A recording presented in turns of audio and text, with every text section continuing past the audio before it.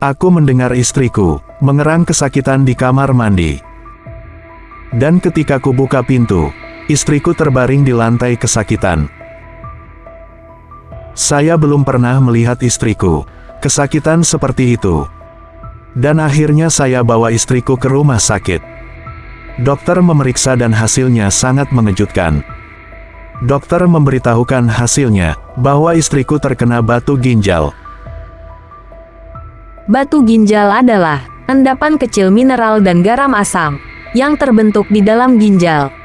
Batu yang mengeras dapat menyumbat saluran kemih, sehingga menyebabkan sakit yang hebat pada punggung dan perut.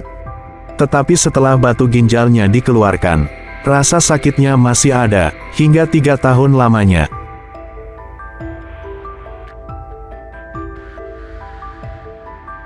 Karena istriku sudah kesakitan terlalu parah, akhirnya dibawa ke unit gawat darurat. Dokter melakukan ronsen dan pemeriksaan darah, tetapi dokter tidak menemukan sesuatu yang salah.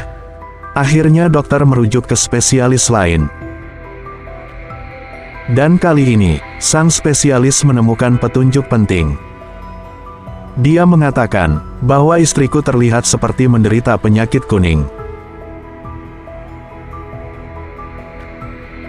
Penyakit kuning adalah kulit menguning yang biasanya disebabkan oleh disfungsi hati, organ penting yang membantu pencernaan. Penyakit kuning seringkali merupakan tanda hepatitis atau penyakit hati, yang keduanya bisa berakibat fatal.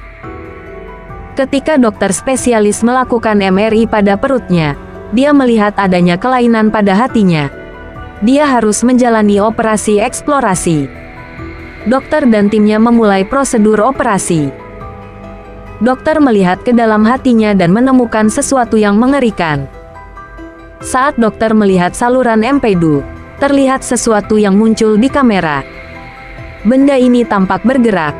Ini sangat mengejutkan. Dokter menggunakan teropong untuk menyedotnya, agar bisa ditarik keluar.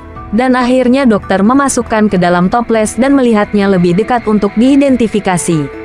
Dokter mendiagnosis bahwa pasien menderita penyakit hati. Vasola hepatik adalah jenis parasit yang menargetkan saluran empedu dan hati inangnya.